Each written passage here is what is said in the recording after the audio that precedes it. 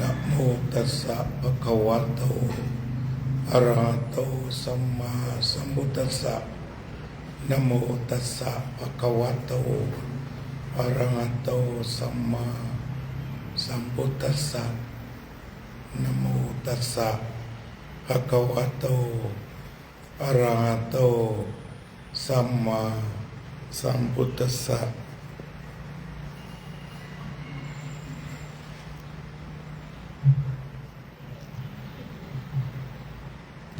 ธัมโมสุจินโนสุขมาวาติสักจังธัมโมโสตัพโพติณ บัดนี้อาตมาภาพจะได้แสดงพระธรรมเทศนาพรรณนาศาสนธรรมคำสอนขององค์สมเด็จพระสัมมาสัมพุทธเจ้าเพื่อจะได้เฉลิมฉลองศรัทธาส่งเสริมปัญญาแก่ท่านสาธุชนว่าจะยุติลงคงด้วยเวลาอันสมควรพระธรรมเทศนาในวันนี้มาปรารภวันธรรมสวนะที่ท่านสาธุชนได้เดินทางมาทำบุญในวัน8 ค่ำอาตมาเสียงไม่มีเพราะว่าใช้เสียงเยอะตั้งแต่ลงเครื่องวันที่15เสียงที่ใช้มีทั้งเสียงบรรยายแล้วก็เสียงคุยความจำเป็นที่จะต้องใช้ไปที่ไหนมีงานบรรยายทั้งโรงเรียนงานฟังพัดก็ต้องใช้เสียงดังและเวลาคนไปคุยยาวๆก็ต้องนั่งคุยด้วยก็เป็นเหตุให้เสียงแหบหลายคนก็วิเคราะห์ไปต่างๆนานาก็ไม่ถูกเพราะว่าจริงๆคือเสียงใช้เยอะมากนั่นเองหลายคนถามว่าถ้าไม่ใช้ไม่ได้หรืออาตมานั้นเป็นคนมีเมตตากับทุกคนเพราะก็ต้องคุยโดยเพราะการเดินทางมาบ้านเกิดเมืองนอนเจอใครก็ต้องคุยกันจนกลับถ้าไม่มีเงื่อนไขคือเป็นคนไม่ค่อยจะอ้างอะไรเพื่อส่วนตัวฉะนั้นในวันนี้เป็นวันพระอาจารย์ดิติต้องการให้สอนลูกนาคก่อนจะได้บวชวันนี้ก็ถือว่าถือโอกาสโดยเสียงน้อยนิดที่มีอยู่ที่เก็บได้เมื่อคืนด้วยการทานฟ้าทลายโจรและจิบน้ำต่างๆก็ได้ขนาดนี้ก็ขอให้ตั้งใจฟังอาตมาก็ทำงานด้วยเสียงตลอดชีวิตได้ไปไหนต่อไหนก็เสียงกับเขียนเป็นนักพูดแล้วก็นักเขียนทำได้2 อย่างฉะนั้นแม้เสียงหมดก็ไม่ได้อ้างเหตุอะไรก็พูดจนฟังไม่ออกแล้วก็ค่อยหยุดกันเคยมีที่อเมริกาปีใหม่ที่แล้ว2558ก็หมดสิ้นเมื่อไปถึงงั้นวันนี้ก็คงจะใช้อีกครั้งหนึ่งเรื่องที่สัญญาว่าจะสอนลูกนาคและพวกเราทั้งหลายก็จะได้ฟังกัน คือธรรมะกับชีวิตธรรมะคืออะไรธรรมะคือทางแห่งการดำเนินชีวิตอันถูกต้องดีงามเพื่อความสงบสุขเพื่อความสงบเย็นในชีวิตตกลงวันนี้จะพูดความหมายเดียวว่าธรรมะคือทางแห่งการดำเนินชีวิตประเด็นที่หนึ่งจะพูดถึงธรรมะในฐานะครองตนครองตัวเองให้พ้นจากภัยทั้งปวงธรรมะสำหรับรักษาตัวเองนั่นก็คือสติทุกคนมีสติก่อนพระพุทธเจ้าตรัสว่าสติสัพพัทธปัตติยาสติจำปรารถนาในที่ทั้งปวงนี่เรียกว่าสติเป็นธรรมะสำหรับครองตนครองตนทีนี้สติแปลว่าระลึกได้ก่อนทำก่อนพูดก่อนคิดก่อนคิดอะไรระลึกให้ได้ว่าเป็นประโยชน์ตนไหมเป็นประโยชน์ผู้อื่นไหมเป็นทั้งประโยชน์ตนและผู้อื่นหรือไม่มีผลดีเพิ่มไหมสำนวนที่พระพุทธเจ้าสอนพระราหุลว่าตนเองมีสุขคนอื่นมีสุขตนเองและคนอื่นมีสุขและความสุขจะทยอยออกมาเรื่อยๆนั่นเรียกว่าดีอาจจะมีคนถามว่าดีคืออะไรคนสมัยใหม่ชอบตั้งคำถามดีคือการทำการพูดการคิดที่ทำให้ตนเองมีความสุขผู้อื่นมีความสุขตนเองและผู้อื่นมีความสุขมีความสุขทั้งปัจจุบันและอนาคตก็เหมือนเจ้านาคที่จะมาบวชจัดเข้าในทำความดีเพราะมาเป็นเจ้านาคตัวเองเป็นสุขบุคคลอื่นเป็นสุขคือสบายใจเป็นสุขทั้งตนเองและผู้อื่นบิดามารดามีความสุขนี่เป็นต้นแบบหรือเป็นตัวอย่างของการทำความดีหากหนูได้จำธรรมะเอาไปปฏิบัติก็จะเจริญยิ่งขึ้นไปนี่เรียกว่าความดีฉะนั้นต้องมีสติเสมอพระพุทธเจ้าตรัสว่าสติสัพพัทธปัตติยาสติจำปรารถนาในที่ทั้งปวงไม่ว่าจะตื่นนอนแต่เช้าลงจากเตียงเดินเข้าห้องน้ำเปิดน้ำใช้มีสติกำกับตลอดเวลาเข้าครัว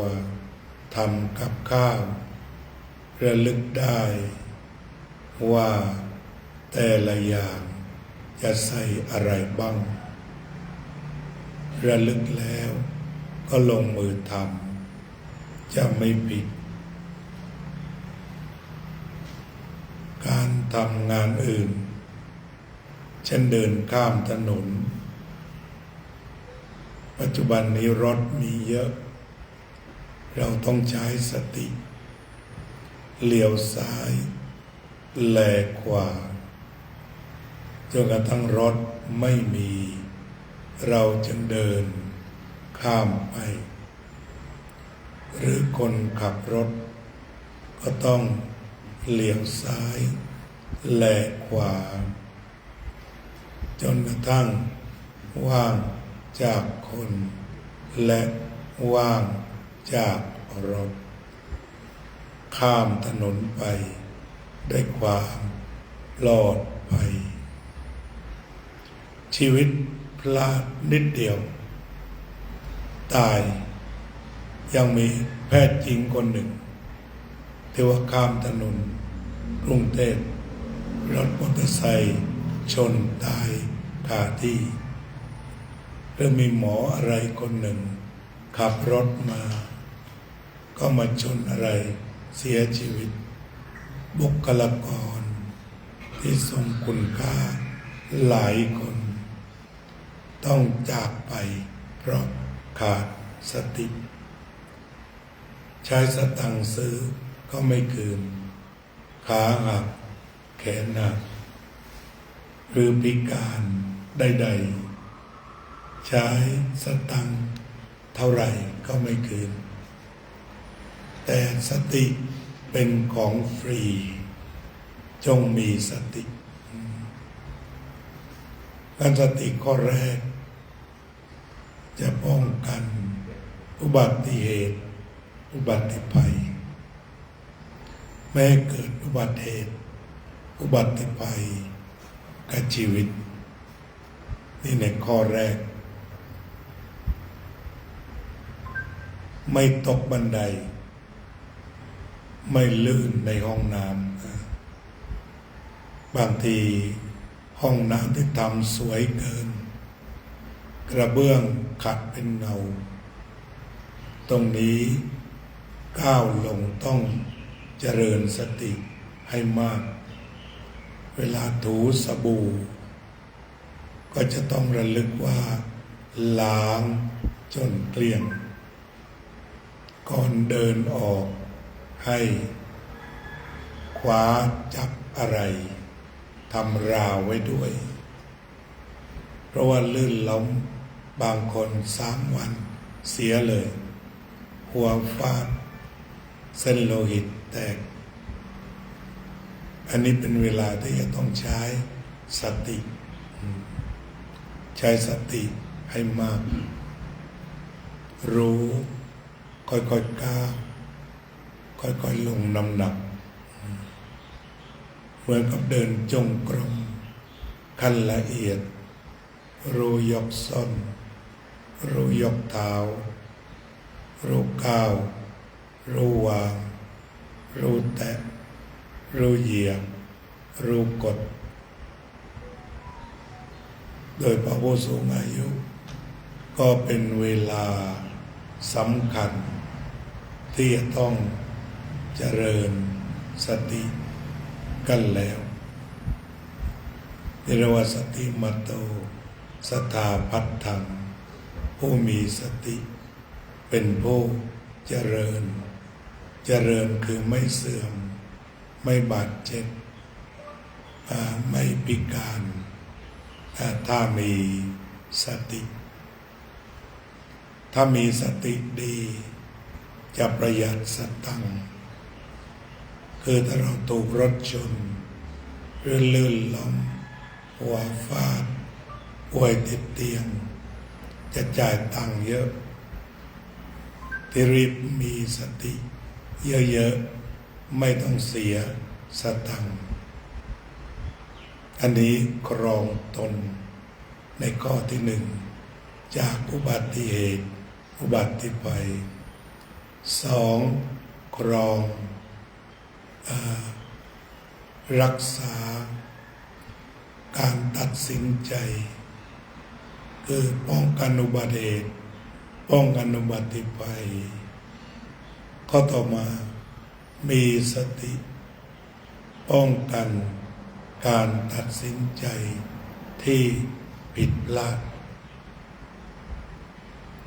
มีคนคนหนึ่งจบปริญญา6จบ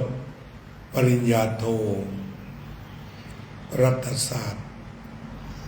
ไปทำงานในกรมการปกครองดีมาตลอดพอดีก็เผลอสติอยากจะมีบ้านราคาแพงกู้สหกรณ์ก็พอไปได้แต่อยากจะให้จ่ายจบไวๆก็มีคนบอกว่ามาช่วยขนยาบ้าหน่อยไม่ต้องขายรอบเดียว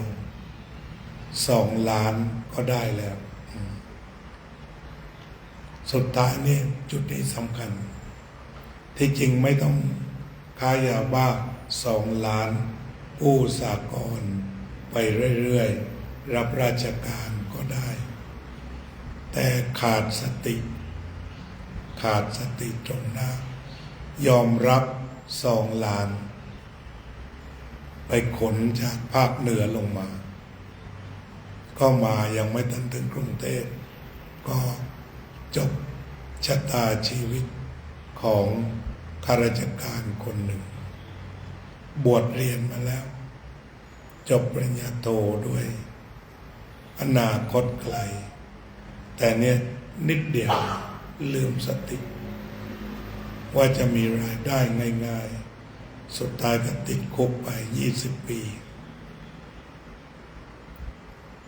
ทีหลังก็ทำดีได้ออกมาเขาก็มาสัมภาษณ์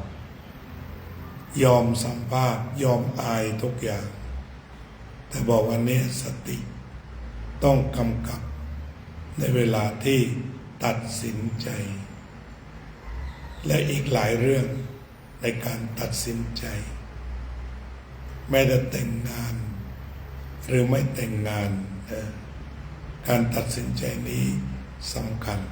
ทุกเรื่องการตัดสินใจเรียนเลิกเรียนอะไรก็สำคัญตรงนี้เพราะฉะนั้นสติใช้ในเวลาตัดสินใจป้องกันสติป้องกันการเดินทางผิดในพระพุทธศาสนาก็มีอยู่ดื่มน้ำเมาอันนี้ผิดเที่ยวกลางคืนดูการละเล่นการพนันคบคนชั่วเป็นมิตรเกียจคร้านการทำงานเรียกว่าอบายมุข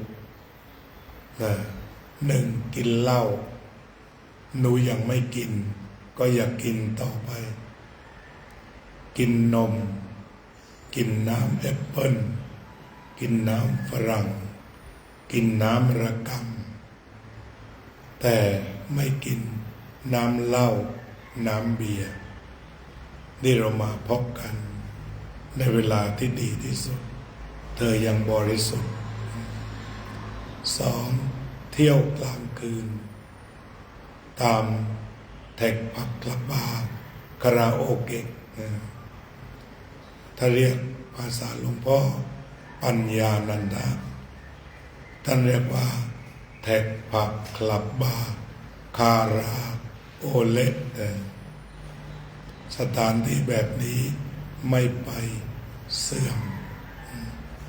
อันนี้ถ้าก็อาตมาเป็นอย่างนั้น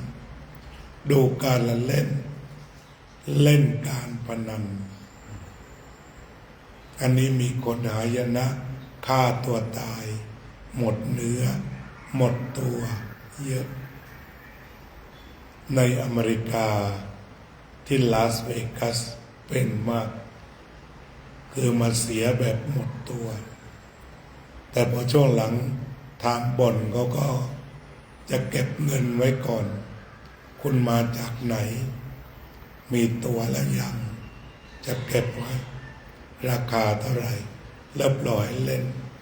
ถ้าหมดตัวก็ได้ส่งกลับบ้าน เขาให้บริการแบบนั้นก็ดี แต่เสียชีวิตเยอะเพราะมันไปเล่นกันเยอะครอบคนชั่วเป็นมิตรเกียรติคร้านการทำงานนะเราจะเห็นได้ว่าเวลาที่เราฟังบางทีวัยรุ่นจะไปเชื่อเพื่อนมากกว่าเชื่อพ่อเชื่อแม่แต่ถ้าเราเชื่อพ่อเชื่อแม่ก็ลดไปพ่อแม่ดีกว่าถามพ่อถามแม่ดีกว่ามีปัญหาชีวิตใดๆก็ต้องเข้าหาพ่อหาแม่เพราะเปรียบพ่อแม่ดังโคมทองของชีวิตช่วยชี้ทิศช่วยนำทางช่วยสร้างสรรค์ให้ความรักให้ความรู้ชูชีวันลูกจงมันกตัญญูรู้แทนคุณรักพ่อรักแม่เป็นสิริมงคลหน้าที่ของลูกคือนำพ่อแม่ขึ้นสวรรค์สวรรค์แปลว่ามีความสุขมีความปลื้มเป็นลูกอธิษฐานจิตตื่นเช้าขึ้นมาวันนี้ฉันจะทำจะพูดจะคิดให้พ่อแม่ชื่นใจอีกวันหนึ่งพรุ่งนี้ตื่นขึ้นมาใหม่มนต์บทแรกที่เราจะสวดเราจะทำจะพูดจะคิดให้พ่อแม่ชื่นใจฉะนั้นความสุขของพ่อแม่คือมีลูกที่เชื่อฟังและทำให้ชื่นใจเรารู้ว่าสมัยใหม่ลูกเก่งกว่าพ่อกว่าแม่แต่เราค่อยๆสื่อไปอย่าดูหมิ่นว่าท่านโง่หรือท่านแย่กว่าเราถ้าจะแนะอะไรท่านแนะด้วยความอ่อนโยนพ่อครับแม่ครับพ่อแม่ทำดีแล้วแต่ผมคิดว่าแบบนี้ดีไหมครับวิธีบอกไม่มีลักษณะดูถูกพ่อครับแม่ครับท่านทำดีแล้วครับแต่ผมคิดว่าลองแบบนี้ไหมถ้าท่านลองท่านจะยอมรับแล้วก็มีสุขอย่าเผลอไปว่าคนแก่โง่เหมือนกันหมดไม่อยากคุยด้วยแล้วอันนี้จะเครียดละความสัมพันธ์แต่แน่ละความรู้บางทีมันอยู่นี่เราหลังหลวงพ่อพอใต้ต่อสดเป็นได้พอทำโปรแกรมต่างๆได้แต่ไม่ได้ทำเรื่องไลน์บอกว่าใช้อีเมลพอแล้วฉะนั้นทุกวันนี้ก็เล่นไลน์ไม่เป็นเพราะไม่เจตนาจะไปเล่นแต่ว่าจะทำโปรแกรมแบ็กกราวด์ทำได้เพราะตั้งใจจะฝึกแต่ถ้าบอกว่า AI ก็ไม่เล่นเพราะถือว่ามันไม่มีชีวิตก็ค่อนข้างจะเป็นคนแก่หัวดื้อแล้วมีพระหลายรูปทำ AI สวยมีพระไปบิณฑบาตในหิมะอะไรก็แล้วแต่มันก็เป็นมายาแต่เราใช้ Google ปกติแล้วไม่ต้องไปใช้ AI แล้วพอแล้วและอนาคตก็อาจจะยุติการใช้สื่อดูแต่ลมหายใจเดี๋ยวมันหมดเวลาของเราก็ต้องเปิดโอกาสให้เด็ก แต่ก็บอกเด็กๆว่าเอ็นดูผู้ใหญ่ด้วยบอกได้แนะนำได้ด้วยความสุภาพอ่อนโยนกระแสที่เห็นทุกวันนี้น่ากลัวคำที่เขาพูดกันคนแก่ทำให้ประเทศล้าหลังไปหาคนรุ่นใหม่เถิดความคิดเหล่านี้ถ้าพลาดมิกสัญญีเพราะเขมรแดงเคยคิดมาแล้วเขมรแดงคิดว่าคนแก่ต้องฆ่าให้ตายหมดประเทศเราแค่ดูถูกแต่คนแก่พระฆ่าไป40,000 องค์เพราะไม่ผลิตแล้วฆ่าตายคนแก่ตายไปเป็นแสนเพราะไม่ทำงานที่เขมรแดงคิดแล้วหายนะมาแล้วประเทศกว่าจะฟื้นนานอันนี้เราก็เริ่มได้ยินเสียงในประเทศของเราว่าคนแก่พูดไม่รู้เรื่องเหล่านี้อันนี้ก็ถือว่าทุกวัยทุกเพศทุกรุ่นจะต้องทำงานร่วมกันคนแก่ก็มีประโยชน์เด็กก็มีประโยชน์คนกลางคนก็มีประโยชน์เพียงแต่เอาความเก่งมารวมกันฉะนั้นการจะตัดสินใจพูดอะไรไปก็ต้องคิดก่อนไม่นั้นชีวิตเปลี่ยนหลายคนก็บอกว่าห้ามกระทำผิด112แต่ก็พูดกันสุดท้ายพอติดคุกแล้วก็โวยแต่ถ้ามีสติดีเราก็บอกว่า112มันติดคุกนานฉะนั้นเราไม่พูดทั้งบวกทั้งลบไม่สนใจแต่เรื่องเราก็พอก็ไม่ติดคุกไม่มีติดคุกไปด่าคนอื่นไม่มีหลักฐานเราเห็นดูแล้วไม่ด่าก็ดีกว่าไม่เกิดประโยชน์อันนี้สติช่วยต่อไปสติป้องกันกิเลสอันเป็นเหตุให้เกิดทุกข์นั่นก็คือว่าป้องกันที่ตาหูจมูกลิ้นกายใจทุกข์หรือไม่ทุกข์อยู่ตรงนี้เวลาตาเห็นรูปถ้าไปปรุงเกลียดหรือชอบทุกข์แต่ถ้าเห็น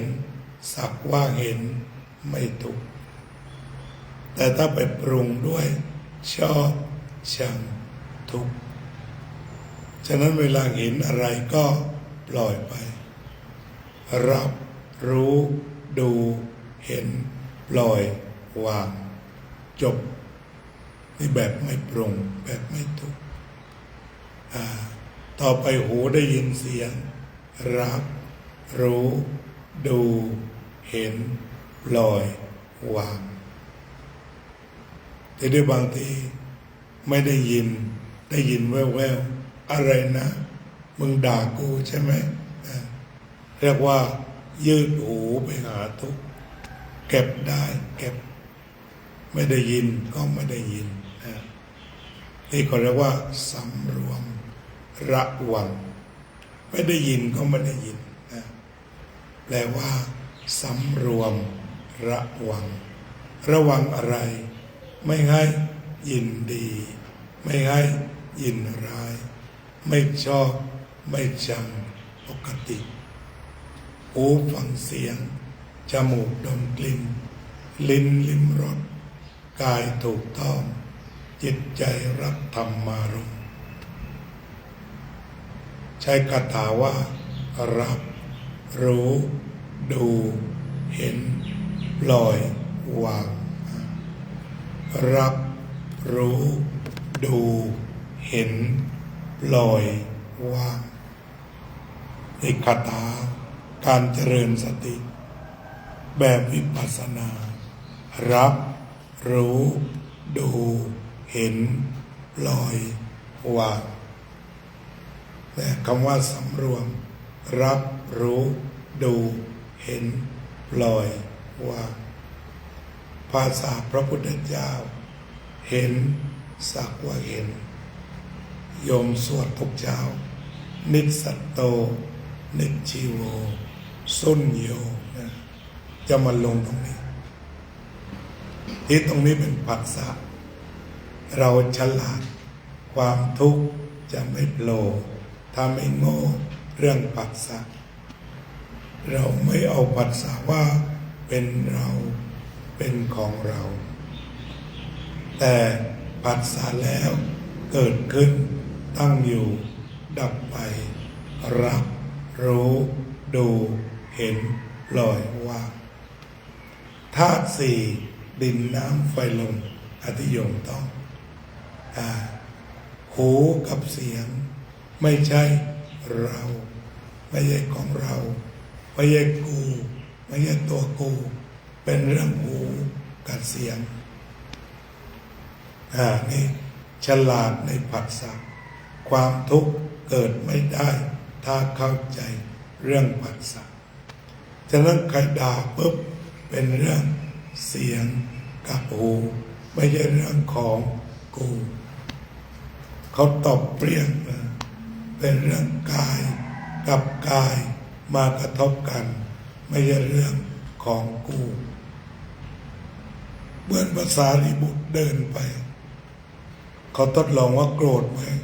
ทุบทะล้มเลยแต่ตั้งแต่ลุกขึ้นเดินไปอันนี้ธาตุมันมากระทบธาตุเนี่ยธาตุสี่ดินน้ำไฟลมปอกเข้าไปเนี่ยที่โยมต้องเช้าดีธาตุสี่ดินน้ำไฟลมปอกธาตุกระทบธาตุไม่ได้กระทบกูไม่เป็นไรเวลาเขาด่ามึงอย่างนั้นมึงอย่างนี้มึงอย่างนั้นดีแล้วไม่ด่ากูก็แล้วกันก็ด่ามึงนะฉะนั้นนี่คือมีสติแล้วทุกข์ไม่เกิดไม่ชอบไม่ชังเห็นสักว่าเห็นได้ยินสักว่าได้ยินได้กลิ่นสักว่าได้กลิ่นได้รสสักว่าได้รสได้โผฏฐัพพะสักว่าได้โผฏฐัพพะได้ธรรมารมณ์สักว่าได้ธรรมารมณ์รับรู้ดูเห็นปล่อยวางนี่คือการเจริญสติในแต่ละครั้งเพื่อไม่ให้มีเรื่องวางได้ยึดมากก็ทุกข์มากยึดน้อยทุกข์น้อยวางได้ก็ไม่ทุกข์ทุกเรื่องฉะนั้นสติครองใจคือครองใจไม่ทุกข์ถ้ารู้จักว่ารับรู้ดูเห็น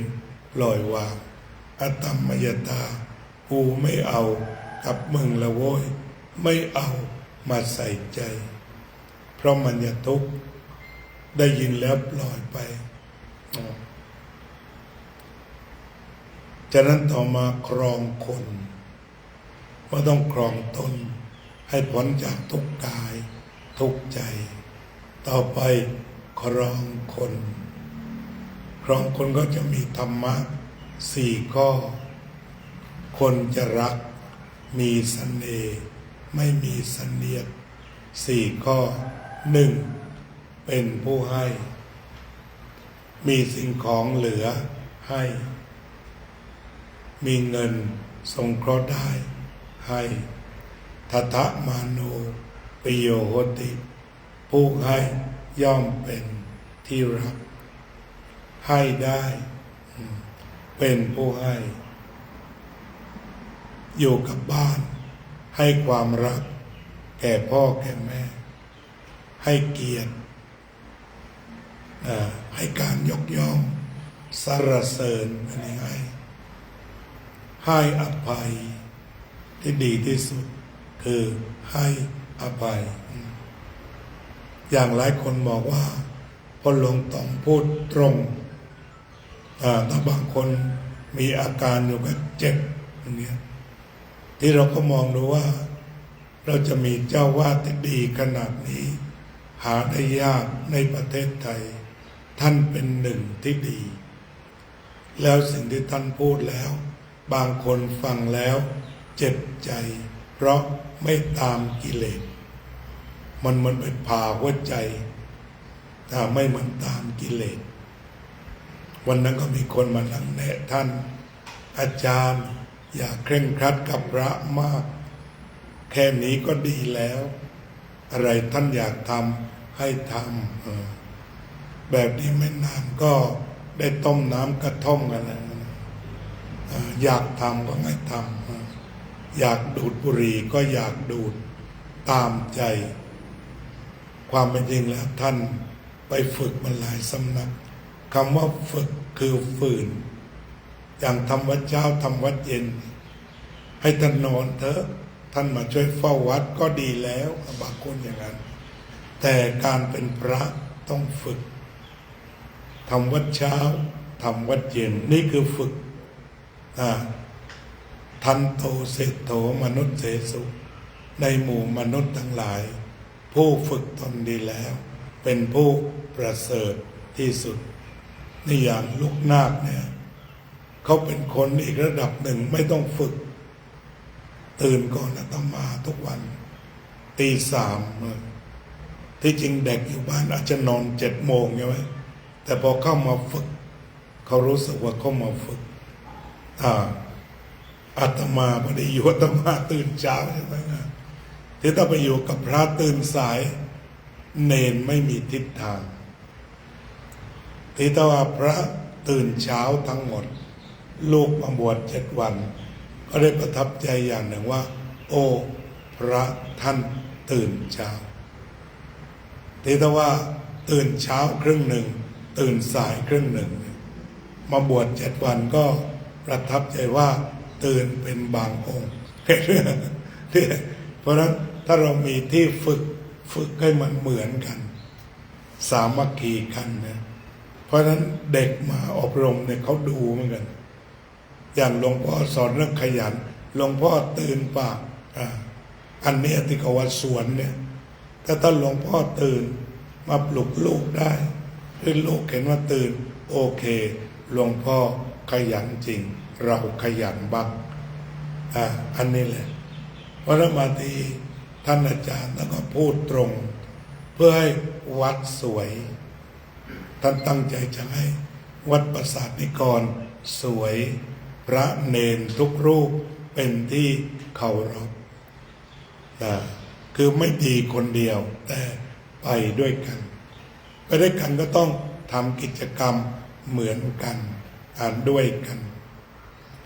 ทางธรรมเรียกว่าเอื้อเฟื้อเพราะฉะนั้นทานอภัยเรามาดูอาจารย์พูดแล้วไปชนกิเลสเราบ้างก็ต้องอภัยขอบคุณที่ท่านเกษียณแล้วท่านอุทิศชีวิตเพื่อพระศาสนามีคุณค่าอาตมาก็ชวนอยากให้มีผู้สูงอายุแบบนี้แหละมาช่วยกันเฝ้าพระศาสนาแต่ของท่านได้นักธรรมเอกเคยทุดงเคยฝึกฉะนั้นก็ขอให้เราวางใจอย่าไปถือเล็กถือน้อยเนี่ยบางทีไปว่าท่านก่อนท่านก็สวนออกมาก็เจ็บหนักอย่างนี้เป็นต้นอาตมาคนกลางฟังดูมันเป็นอย่างนั้นเพราะฉะนั้นอย่าไปก้าวล่วงอย่าไปว่ามีสิ่งใดก็กราบเรียนท่านท่านรับทราบเราต้องรอคอยเพราะมันมีเหตุปัจจัยอื่นในอย่างมีพระบอกว่าหลังคากุดรั่วท่านก็ไปหาช่างแต่ช่างเขาไม่วางเราก็ขึ้นหลังคาเองไม่ได้มันก็ต้องรออันนี้คือเหตุปัจจัยเพราะนั้นจะมือไวใจเร็วไม่ได้และหน้าที่เจ้าว่าที่สมบูรณ์ทำวัดเช้าทำวัดเย็นแล้วก็ท่านก็เก็บขยะทำกิจวัตรสงฆ์อย่างดีเรามานั่งคุยเรื่องดีๆกับท่านไม่ใช่บอกว่าดีผ่านไป แต่ปากเสียไม่ได้ ของอื่นดีเยอะแล้วปากก็ไม่ได้พูดหยาบที่ไหนท่านก็ไม่ได้ขึ้นมึงขึ้นกูขึ้นหาอะไรแต่เพียงแต่ว่าท่านแค่แต่เท่านั้นอันนี้ยกตัวอย่างฉะนั้นพอเข้ามาวัดเราต้องอภัยทานนี่คือทานสองปิยวาจาก็เข้าใจสื่อสารสื่อให้ดีที่สุดสื่อให้เพราะที่สุดมีสติในการสื่อให้เพราะที่สุดอัตถจริยาแปลว่าบำเพ็ญประโยชน์แต่แปลว่าการบำเพ็ญประโยชน์แก่กันและกันท่านอาจารย์ก็บำเพ็ญประโยชน์สุดยอดโดยเพราะใครทุกข์ยากลำบากท่านจะดูแลจนได้นอนเนี่ยอาตมาอยู่เจอรายการหนึ่งเห็นไหมเขาทุกข์มาจริงมาจากสุราษฎร์ขอพักหางานครับเขาก็หาจริงอีกวันหนึ่งได้งานเมื่อวานได้มาลาอาจารย์ไหมจะมาลาผมแทนบอกไม่ได้ต้องรอจนพบอาจารย์เพราะเดี๋ยวคุณผ่านมาคุณต้องมากราบท่านอีกให้อย่างนี้คือให้เรียกว่ามีความเข้าใจซึ่งกันและกันแล้วจะอยู่เป็นสุขเนี่ยอัตถจริยาประโยชน์ตนประโยชน์ผู้อื่นประโยชน์ของญาติโยมสมานัตตาแปลว่าปฏิบัติตนเป็นกันเองอาจารย์ก็เป็นกันเองกับทุกคนแต่เป็นกันเองนั้นเราต้องเก็บความเคารพไว้บ้างอย่าเล่นจนกลายเป็นเพื่อนไปคือถ้าเล่นเยอะเดี๋ยวกระทบไอ้คำพูดเล่นเนี่ยไม่ได้บางคราวพอเราพูดเล่นเราเล่นแต่เพื่อนเอาจริงเสร็จเลยแต่ว่าที่หมางก็เลยนะพูดคำเดียวเนี่ยถ้าพูดไม่เป็นเวลาที่ฉุนขึ้นมาเนี่ยบางทีมันมีไม่นานเพราะฉะนั้นอย่าพูดเล่นให้มากพูดของดีๆพูดเฉพาะเป็นเรื่องอย่าแซวอย่าอะไรมากเพราะว่าอาจจะพลาดแล้วก็โกรธกันไม่อยากให้เป็นอย่างนั้นเพราะฉะนั้นครองใจครองคนครองคนก็เนี่ยมีการให้พูดจาดีมีความเป็นกันเองแล้วก็ทุกคนได้ประโยชน์อย่างเมื่อวานนี้ก็เจอปรากฏการณ์อย่างหนึ่งของคนที่เอาเงินมาให้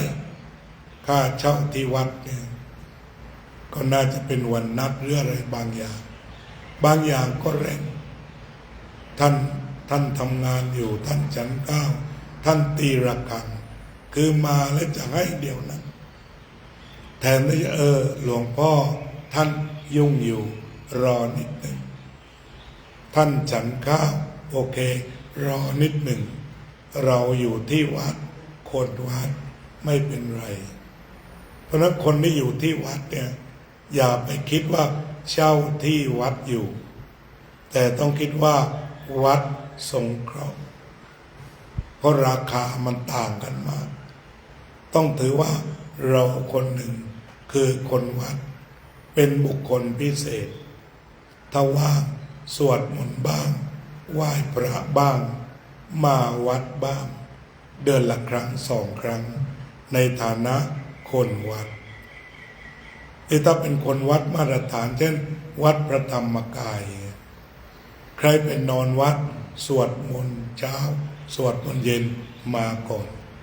สำนักโพธิรักษ์ใครไปอยู่ตื่นตี 3มาสวดมนต์กันทั้งหมดนั่นคือคนที่อยู่ในเขตวัดเสร็จแล้วก็จากกันไปอาตมาก็ฝันอย่างเห็นภาพเช่นนี้แม้แต่คนมาค้างวัดเนี่ยเช้าได้ยินเสียงระฆังเอาบุญซะก่อนเพราะการทำวัดสวดมนต์นั่นคือบุญคือไม่มีควรใครยกเว้นเช่นคนจะมาช่วยวัดมากวาดขยะวัด นั่นก็เป็นบุญวยาวัจจะใหม่แต่ได้ไปสวดมนต์ด้วย มันจะเป็นภาวนาใหม่คือบางคนบอกว่าเรามาช่วยวัดพอแล้วไม่พอสำคัญในการขูดเกลาร่วมกิจกรรมวันเป็นค่ำวัน15 ค่ำทำวัดสวดมนต์นี่คือสิ่งที่เรียกว่าวัดต่อไปครองงานธรรมะมี4 ข้อฉันทะแปลว่าพอใจวิริยะจิตตาวิมังสาลูกเป็นนักเรียนก็มีธรรมะ4 ข้อนี้ 1. พอใจฉันทะสุดจิตสุดใจแล้วได้ผลรักในวิชานั้นเนี่ยหลวงพ่อเพิ่งจบภาษาอังกฤษเมื่อปลายปีไปเป็นนักเรียนอายุ67 ปีฉันทะเป็นยังไงพอได้งานจากอาจารย์อยู่ในห้องสมุด10 ชั่วโมงค้นคว้าต่างๆไม่ใช้ AI เด็กๆบางทีใช้ AI แต่พระอาจารย์ไม่ใช้ AI ฝึกฝนตนเองฝึกไปเรื่อยๆเนี่ยฉันทะวิริยะจิตตวิมังสาหลวงพ่อเป็นนักสอนอุทิศชีวิตเพื่อสอนธรรมะในชีวิตนี้ทำไมหลวงพ่อจึงชอบสอนนักพระที่เห็นทำไมผมชอบสอนเพราะสมัยหนึ่งผมอยู่ที่วัดเขาแงนนะมีโ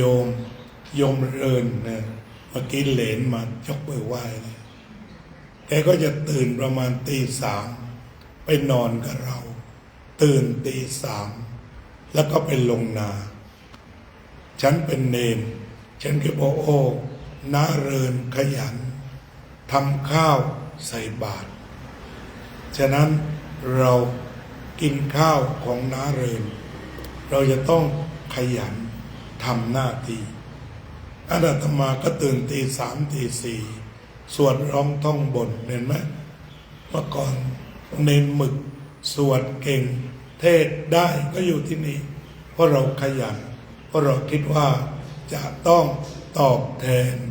บุญคุณเม็ดข้าวของโยมเนี่ยอันนี้หลวงพ่ออยากจะให้สอนนาคให้ก็สัญญาว่าคนเดียวก็สอนแต่ว่าเมื่อวานมีพระไปฟังด้วยแล้วก็ญาติโยมก็มาด้วยวันนี้ก็เรียกว่า